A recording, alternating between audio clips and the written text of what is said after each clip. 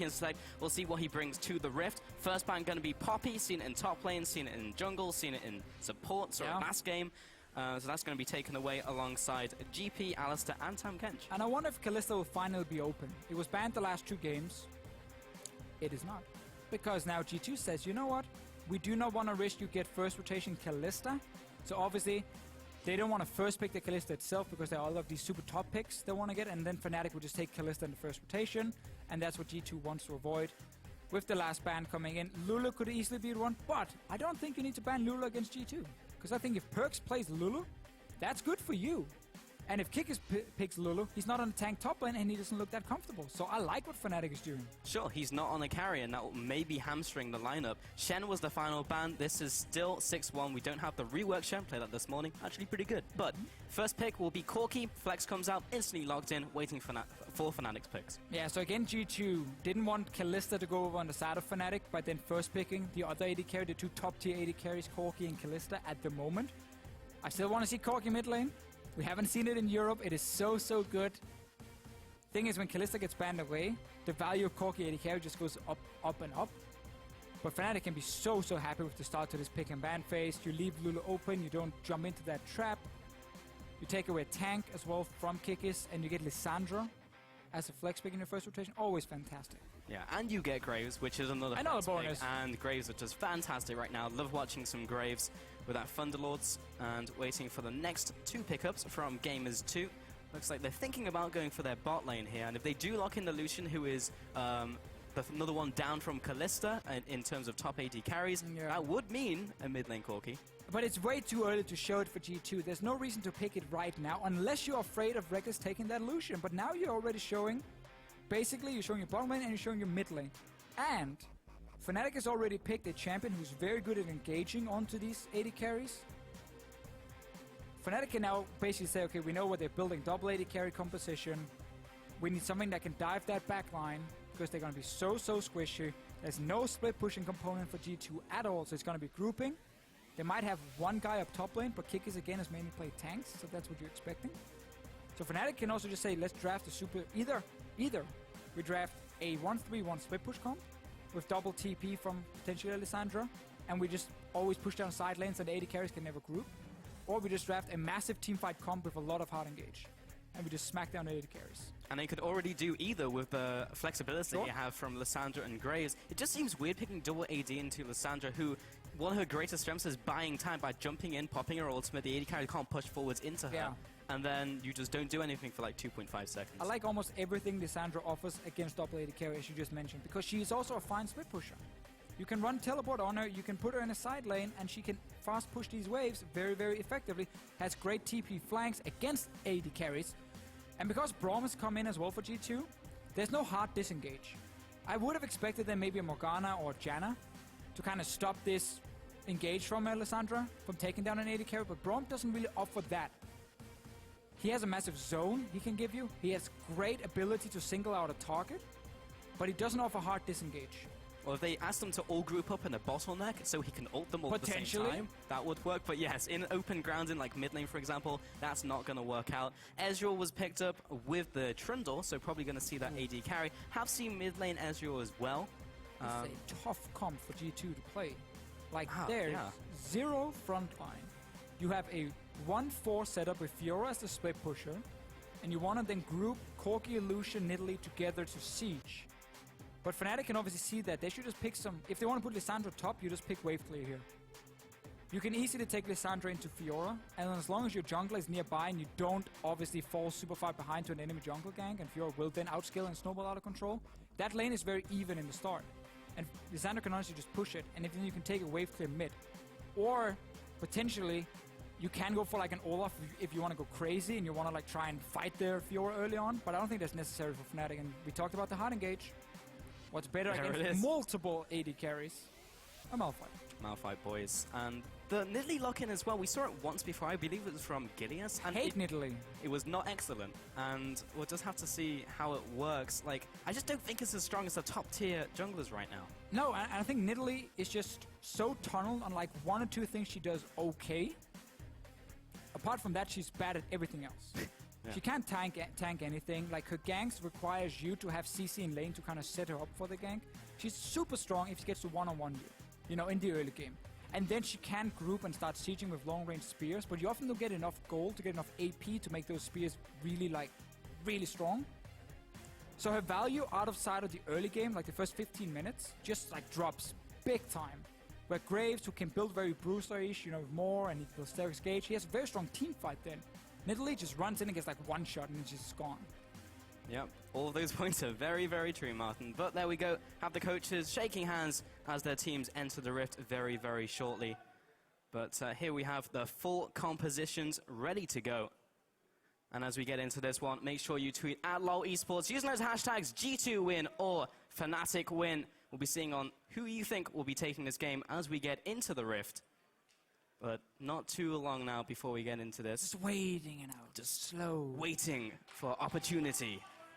Here we go. Getting into game. G2 versus Fnatic. Getting into Summer's Rift. A lot of Fnatic fans in the crowd today. People with Febiven, signs, Fnatic flags and everything. They always have massive amount of fan support in the EU LCS studio. Yep. Case in point. Some are even heralding Gamsu as the new Huni. After his first performance on Olaf, not too far wrong either.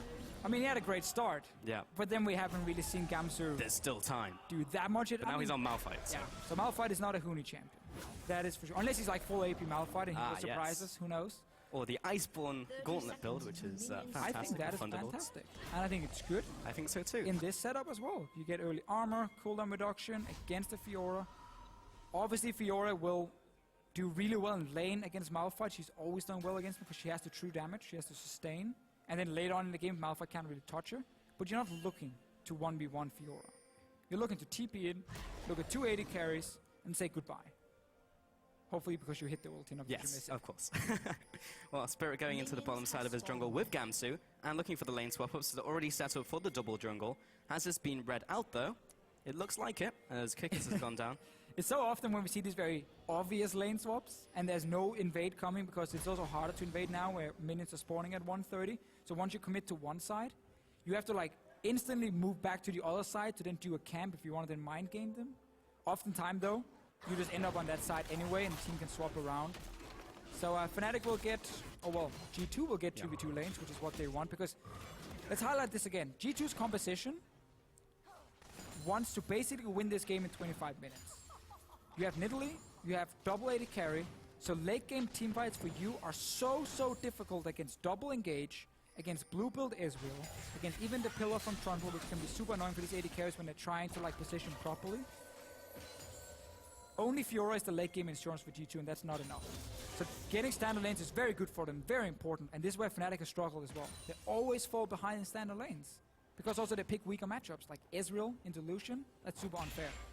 What do you think about Trundle picking up Strength for the Ages? Because we're seeing more and more supports do that, specifically the Relic Shield support, so you actually do get those income of cannon minions. But is it as strong as going for Bond of Stone, which Hybrid's gone for? I mean, I guess it honestly depends a lot on the support itself. In like, does he want more base HP? Because he also thinks he can drag the game to late game and get it fully stacked out, which is what Fnatic is aiming for. And also the percent damage he would absorb in this case. Because he's obviously a support, against so much damage for G2, I probably would have valued getting Bond of Stone. But Noxiac trying out something new, and if he's able to stack it up, it's going to give him a lot of value later on. Could be very strong. And wards come out. That's pretty much all that we're seeing here. Perks in the mid lane on that Corki, though, that you wanted to see, Martin. Yes. I think Corki right now has very good matchups in the mid lane, where if he can't kill them, at least he can push them into the tower. Thunderlords really benefit him so much, because it's so easy to proc it in these early trades with Gatling Gun as well. And you're basically looking to just chip away in mid tower. Over and over, you're very safe with your Valk to escape ganks. And we know that G2 is going to play out this laning phase. And then around 15-16 minutes, they're looking to start grouping up and start poking down. Play around blue buff on the Corki. Get him to level 11, give him a Trinity Force. Let him be that big carry for your team here in the start of the game. We might actually see some package plays as well, because one thing Nidalee does have is some early game damage. Her spears got buffed in recent patches as well. Maybe the damage isn't comparable to Graves hitting them in the face with end of the line, but they might still be able to make plays with the package, because sometimes it just expires and you just have to use it to clear a minion wave. Yeah, and this is another thing that's going to be super tricky for G2. Graves is the only jungler who offers wave clear. Fnatic took him in first rotation, obviously, as we see so often. And that's going to be so key, because what normally could have happened was that Fnatic would try and put the double teleport in side lanes, and then Ezreal would sit mid with no wave clear and Iceborne Gauntlet plus. Obviously not enough for him, but now Graves can assist him. End of the line on the wave, kill it very quickly. That does stop quite a lot of the push from G2. I want to see how Fnatic wants to use it later on. Yeah, Fnatic definitely have the tools to deal with what G2 have. As you mentioned in Champion Select, it's a very hard composition to play. Super difficult. One mistake, one big mistake in the early game, and honestly, you might have lost the game already. You cannot afford to fall behind if you're G2 in this case. Well, this is a potential play that could get them ahead or put them behind if Trick decides to go into the top lane and gank. They're both full HP though, so fairly unlikely we're going to see a dive. But they did take away the Krugs as he heads back into his jungle. Kick is in the bot lane though with Gamsu. It's a Fiora Malphite matchup, so there's a lot of farming and there's a lot of hitting Malphite and him saying, okay, I'm just going to hit this minion now. The first time we see Kick is on a carry champion. He played Lulu and he played tanks. Tamkin, basically. He is the guy we're looking at. We're saying, like, we praise G2 for having very strong individual players. Kick is probably the odd man out. We're like, not 100% sold on his ability as a top laner yet. Spirit might get a good gank on Perks here, though. Ruh-roh. Oh, jumps over the wall, looking for the lineup for the Q, but Perks will flash away and respond with a decent amount of damage with a fast bomb onto Featherman and Spirit as they back away. She does some early pressure on mid. Fnatic is not really under that much pressure in other lanes. Ezreal will always fall slightly behind, but Ezreal is one of these champions who can always just kind of survive. You can always farm with Q from range. He's very safe. But it does mean that G2 will have the chance to constantly push in both mid and top lane. Should prompt Trick to walk into the enemy topside jungle and kind of take over that one and try and look for Spirit. But then you can debate. Nidalee's spear into her combo compared to Graves' end of the line into a wall. What does the most damage? End of the line. I would probably say end of the line. So unless Trick can like legit surprise Spirit, jump him without getting end of the line proc twice on him, I don't think he's able to take that 1v1 too easily. But this helps because now you're also fighting out in the river. Yeah. And then you line yourself up for it. Kickers will jump forwards and challenge him to a grand challenge, but Perks is there as well and collects the first blood. Over to Corki in the mid lane. So mid lane is even at the moment. Bot lane is pushed in for G2. Why was Spirit on his own in the enemy jungle? That is such a greedy play to make. Yes, he won the deep wards, but that's not even the side you're looking to play around at the moment if you're Fnatic. That was very greedy, and he just get punished in exactly what G2 wants. And Gamsu now, well, he's gonna kill Kickers. He's just gonna kill him. Okay then. Did he already use Riposte? Because all of that was based around being able to use the Riposte to block the ultimate and preempting it, but even after the ultimate was used, he didn't use it afterwards anyway for the slow. There's a big question mark on Kickers playing a carry and how he would perform. Definitely not a great start, giving up a solo kill to Gamsu. Man, Noxiac does not want Emperor to go back. 2 pillars, 2 stop recalls, worth the 4 tower shots he took. But he got that cannon menu for strength. Yes, he did. Stacking it up. I like the build from Reckless as well. Tier pickaxe, you want to get the Mana Moon A, and then you get a Sheen. That's the best DPS build you can get as blue build Ezreal early on. So obviously Fnatic knows, okay, there will be a lot of action happening in about 5-6 minutes. Spoiler for everyone, 5-6 minutes, then the game should start really picking up the pace. So you got to be able to match it. You can't just sit back and just only scale late game and never do anything, then you just start losing the entire map. Indeed. Trick is going to be throwing over this blue buff to the mid lane, currently ahead of Featherbin, plus having the extra first kill was very helpful. Went for the Sheen first as well, makes it very difficult to trade against the Corki because he just does more damage than you. And going towards Phage as well, first item Triforce, very, very common. Featherbin looking for a potential invade or gank into the top lane. Has he been spotted? Well, he must have been spotted now. So, seen by a little Spirit and a ward, but Kickers has no flash, so even if he sees them, they might not be able to do a whole lot. Then it's up to G2 to make a play on the other side of the map. Trick is down here on the bottom side, but they have to just try and rush down the bottom in case anything happens. But yeah, Corki build, very standard. Components for Phage are a lot stronger. Ruby Crystal and Longsword. compared to a Mana Crystal and Amplifying Tome for Corki. So better to get the Sheen for more early damage and then components for Phage when you have that amount of gold. Good trading from Emperor. He's level 6. That was really nice. Because they were forced below the tower, they had to take all the culling damage. This is what we talked about, how if Fnatic are looking to make plays on top side against Kikis and punish him more, G2 has to respond on the other side. They're doing it. I like this play. You know you can push into Israel. You know you have a strong early game jungler. Speed up the game. You want to get these side lanes down and then start grouping mid. Oh, nice Winter's Bite. Should be able to get the stun as well. And Emperor jumps in, but the exhaust comes out. Maybe enough to keep Noxiac alive. Trick will come in, pick up that kill. Bam! Now Lissandra comes out and picks up a kill in return. Emperor, Hybrid, and Trick pay for that one kill. So G2 got the tower. That was really good. But then they started chasing up. They saw that one possible kill in Spirit.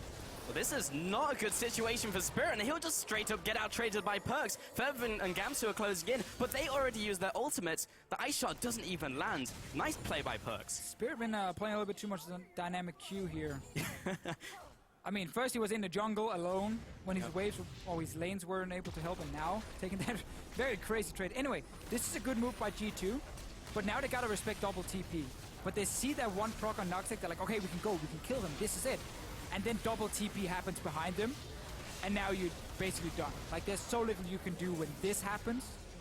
Take the tower, say thank you very much, we made a good play, step away. A sign of things to come, maybe. This is also the Perks kill. I mean, there's not too much to it. He just out-trades Spirit. I wonder if Spirit expected Perks to run near the wall, up the ramp, and then he would like hit him with end of the line into ulti. Yeah. And Perks just kind of stopped, and he's like, no. And then he kills them. I mean, in an open environment like that, not in the jungle, it's so easy to maneuver around end of the line. You have to fight in the jungle. Those are 2 fights that he took, one in the river, one in the upper bottom river, and you're never going to land the extra damage from end of the line. You just simply walk away. Yeah. Spirit definitely helping G2 when it comes to getting a lead in this early game. This is a second play down. It's always multiple steps for G2 and how they want to push out that early game. Take bot tower, move your 3-man group up on top side after, where you are stronger in terms of AD carries. You are stronger at the moment as a unit of 3. And I like the play again from them. Double TPs on cooldown. And now they just got to try and wave clear this bot side. You can see Perks coming down on your minimap. So G2 playing really well on the map at the moment, and Fnatic are way too slow to react. Perks also had the package, so there has to be respect in the bottom lane from Reckless and Noxiac. In the 2v2, theoretically they should win. Kikis is trying to get in lane. The flash forwards, and the package comes across and knocks them both into Reckless. Oh, they both go down. That was beautiful from Perks into Kikis' play. Yeah, really, really well played by G2. Honestly, just a good move top. Fnatic responding so late. Even saw Perks move down a few times. They're like, maybe we could stay. Start running and realizing the package is there. And sloppy play by Fnatic and really getting punished by G2. 4,000 gold lead almost. This is exactly what they were looking for. The fans are still behind Fnatic though, still have that fan base, but fan votes do not win you games, and currently Gamers 2 being ahead in this one, despite a very hard composition to run, are doing very well in the early game. And even though we saw the potential of Fnatic's composition to shut down the squishy members in the backline from G2 in the bottom lane that we saw when they TP behind them, if G2 are just so far ahead that they're just killing them, then they could actually take this. Yeah, that's the problem with Fnatic, and how again they want to scale up, but the only wave play is Febiven and Spirit together. Spirit has been kind of caught out a few times, and then he's not been in position to clear the waves, where Trick has been running with his team. Every time Spirit was there grouping on a tower, Spirit should have been there as well, or Spirit should have mirrored the play with obviously his support and his AD carry, but that play on the bottom lane was just Reckless and Spirit alone. Noxiac wasn't even nearby. So where G2 managed to group up and push towers, Fnatic is kind of splitting up a little bit left and right, and never managed to get the same amount of power in the move they're trying to make. It's 3 towers to 0, 13 minutes in. Quite weird. We're starting to hit damage spikes though. Mid lane finally just picked up the Triforce with the Essence Tree from the bot lane. Very common for the Spellcaster AD carries, the Spell Weavers. Top lane, Kikis has gone for the Titanic Hydra. Very nice as a pickup, since you can fill your build out, and then when you feel like you have enough tanky stats, you just swap over to the Hydra, and you do more damage. Obviously offers you a little more fast pushing potential. Now that Tiamat doesn't proc on, or well, the Hydra doesn't proc on everything. This is not good for Spirit, and he's completely poked away as a jungler as Dragon is up. Just realized I called both things for Hydra.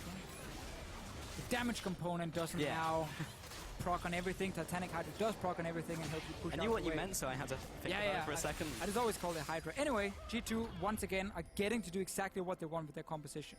You got Power Spike on Corki, Trinity Force Sorcerer's Boots. You're gonna get level 11 for him with his rank 2 ulti.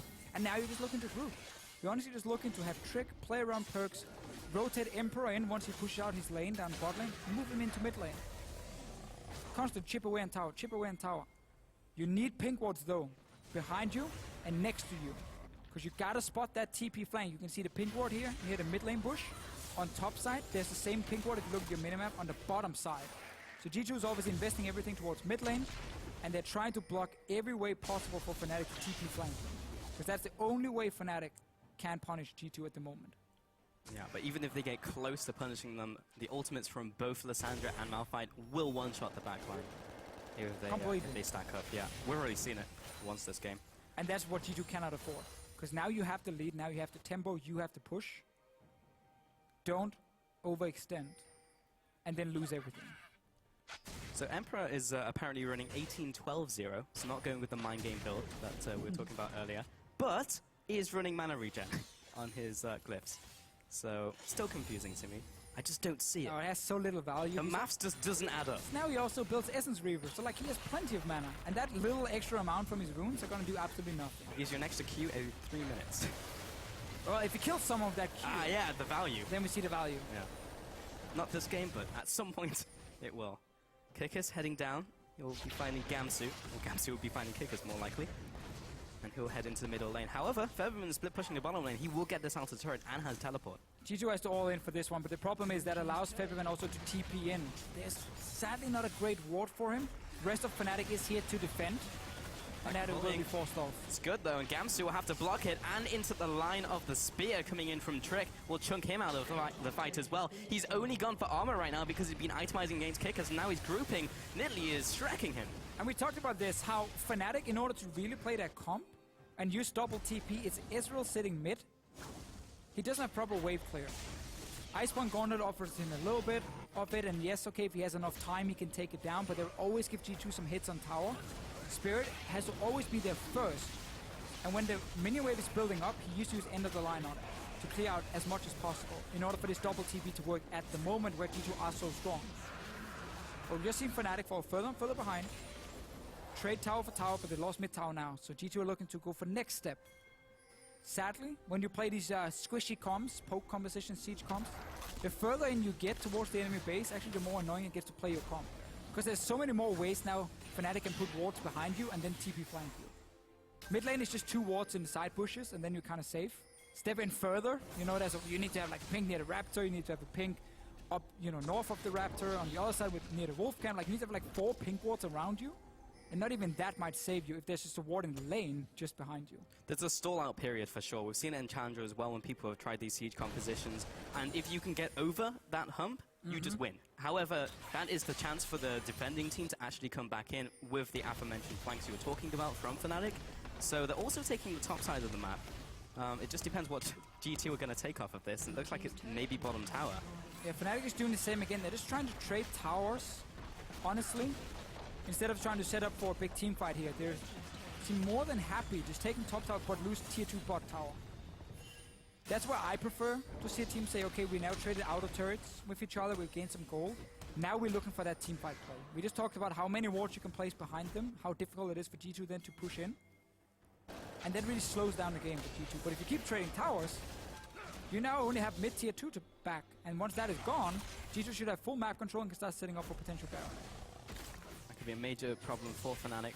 But they currently have vision around the area. I believe they took the crab as well. So at least for the foreseeable future, at least for Baron Spawn, they'll have that up. If they can maintain that, that's what they really need because, yeah, a Baron here would essentially end the game. However, it's essentially impossible to play a Baron anymore because blue trinkets exist. Yes, so that is true. And once Fnatic falls behind, they do tend to swap over to more blue trinkets. Actually, it was a mistake they made. What we saw, I believe it was last week, where they just stuck to the yellow trinkets and then realized they couldn't really do anything because they could never gain vision by moving in and putting them. So we see Reckless with blue trinket now. That's to spot the Baron. Unlucky. And Rift Herald. Yeah, I should take this one. Chick finding it very difficult to land those spears on a stationary target, but we'll get it down. Yeah, Fnatic did do that, but they were ahead in the game and then picked up the yellow trinkets, then didn't swap them back. They're very good when you're ahead because you can place them in the enemy jungle and continue pressure, but depending on the ebb and flow of the game, you have to continue swapping them, depending on the game state. So notice here how Fnatic is putting Gamsu with the team despite his teleport. Gamsu should be sitting bot lane now and meeting that wave against the Fiora. If Febiven is spotted here, technically G2 could start rushing up mid lane. Because they have TP as well and they're pushing in this bot side. And that forces Febiven to be slow reacting. Look here, the move at least from Kikis now. But here comes the package from Perks. Interesting. Yeah, gets the W out just in time from Febiven, so he'll jump away with Glacial Path. Yeah, it's obviously difficult to use TP from like 2 lanes right next to each other. So G2 are basically playing around jungle vision. And now they start pushing up mid, as we talked about here before. Ezreal will clear part of that wave. Oh, you already hit that point where you're like, I want to push, but I also want to respect your engage.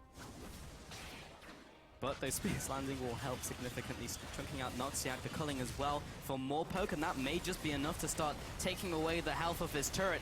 Here comes the TP and the hard engage from Fnatic. Is it enough though? Here comes the jump in and the ultimate from Gamsu, a 3-man ultimate. Can they get the follow-up though? Gamsu has been locked down but is still chasing after. Now has to back away, and Perks is respawning damage onto Reckless. Jump forwards from Emperor. Can he get the kill down? Lands the first one. Spirit will have to jump away there. Still has his flash available, and Noxiac will back off. That was a 2-for-1 over to G2, and they get the turret. And some of the same problems we saw from Fnatic last week against Unicorns of Love, where the engage synergy is just not there. It's like one guy going in, then the other guy's trying. Notice here, Febiven goes in, but the TP is still channeling here from Gamsu. Now he joins. Instead of there being a big wombo combo together to burst down a target and allow Reckless also to ult in and follow up with damage, it goes like one by one by one. G2 gets to disengage, re-engage, and pick up the kills. So G2 is still in a great position. Sadly for them, setting up Baron as a siege comp is equally as annoying as trying to push in further into the enemy base, because once you start that Baron, you don't have a tank, first of all, who can tank it. And once you're stuck in that Baron pit against Malphite, Lissandra, Trundle Pillar, I mean, you're dead. So like, you have to play it so safe for G2, but they've been doing so many things correct leading up until this point. Can they, the next 5-6 minutes, extend the lead, get the last outer turrets down, and then try and get a Baron? Then they can definitely close out the game very quickly. That last team fight went so well for them because that's basically the perfect team fight you want with this composition, where you can disengage and re-engage, whereas Fnatic could not find the flank because they were being pressured so hard into their base. They didn't have time to set up that pre-ward, so they couldn't get the flank and they couldn't engage on Gamers 2, which is the big problem there. Pillar comes up, but there's no real follow-up from Spirit. The ultimate comes out for the chunk and the minion wave clear. Additionally, Featherman and Gamsu do not have their flash in the last fight, so there is a small period where Gamers 2 have a little bit of help if they do decide to pressure Baron. It's still very hard, but there's no flash ultimate from Gamsu, flash ultimate from Featherman. Yeah, interesting also to see how G2 played that last fight. Hybrid basically just sacrificed himself, or he wanted to. As soon as the engage happened, he just moved forward, put down his ulti to try and zone as much as possible and his shield, and basically said, you guys can CC my AD carries, but if you cannot move through the damage because of the zone I can offer as Braum, you won't kill them.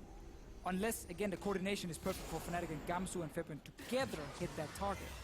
We might see QSS come in. Hex String, I think, could be a good item here as well, because the burst damage from those engages is all magic from Malphite and from Lissandra. I'd always like to see distortion boots on a couple members as well from G2. Like, the sooner you have gonna hold that floor for a second, as we may have that flank engage we're looking for from Fnatic. Gamsu is trying to jump in, looking for that opportunity. Emperor has been CC'd up by Featherman, but he's used his ultimate now going into the Zhonya's. Grand Challenge comes out from Kickers, following on to Gamsu. They pick up the 2 big engage tools from Fnatic, and they just weren't in range to follow up. Once again, though, yeah, engage comes in from Fnatic, kind of one by one. Rest of Fnatic is too far back to really do anything. I didn't see who zoned them away, but Reckless is very low. Spirit is almost full HP as well, has ulti.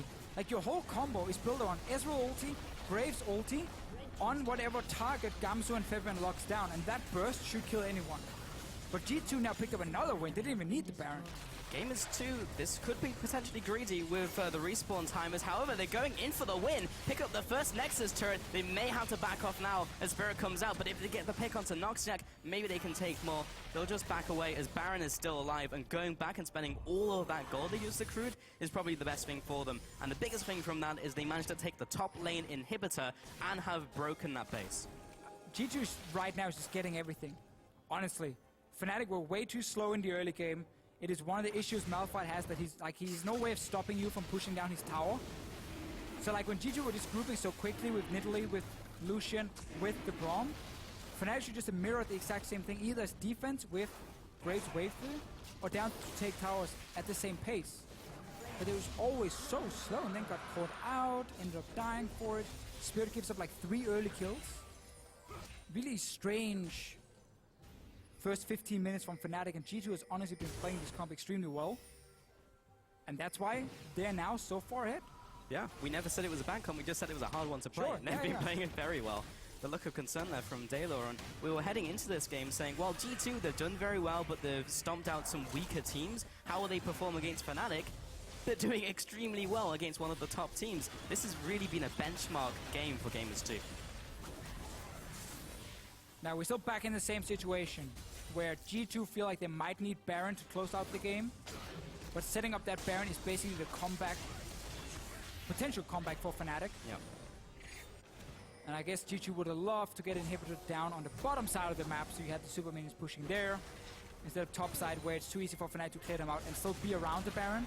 But you can still group up and start poking, and package is used. Noxjack away from him, however, so it's not going to be perfect. And with the smoke screen thrown down. Why is Gamsu not bot lane? He has TP. I don't know. And the tower's just kind of going down to Kickers, and it will be dead before Gamsu arrives. Sure. Okay, there's a free turret, and now Kickers will actually go into Gamsu, trying to get those vital procs off.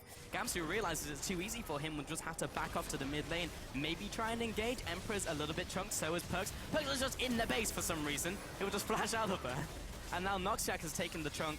Gamsu will have to back off, and Kickers is looking for the flank from the sidelines. Gamsu dropping low, he's out of mana, and now the team can get the damage onto him. He'll have to flash away, so will Featherman. Gamsu didn't burn flash, but Featherman did. Now Featherman will be going down. Spirit is trying to do everything he can, but he just really can't do that much. Actually, jumps in, picks up the kill alongside Reckless, but he's had to put himself in a bad position to get that play off. Gamsu's come in from base, but what's he have? He has no ultimate, he has no carries left remaining apart from Spirit's damage. And again, Fnatic are just so weirdly positioned on the map, just allowing G2 to constantly push in, poke again on mid tower, get a free bot lane tower. And honestly, G2 are just so far ahead, you know, they can just keep pushing in, and there's so little Fnatic can do. Well, they're poking away, and Gamsu's trying to tank some damage up for his tower. Now he gets CC'd in place by the Winter's Bite into the concussive blows. The tower goes down, and all Fnatic are being shoved away, and Gamers 2 just close in on the Nexus, should be able to pick this one up, and Gamers 2 take the game over Fnatic.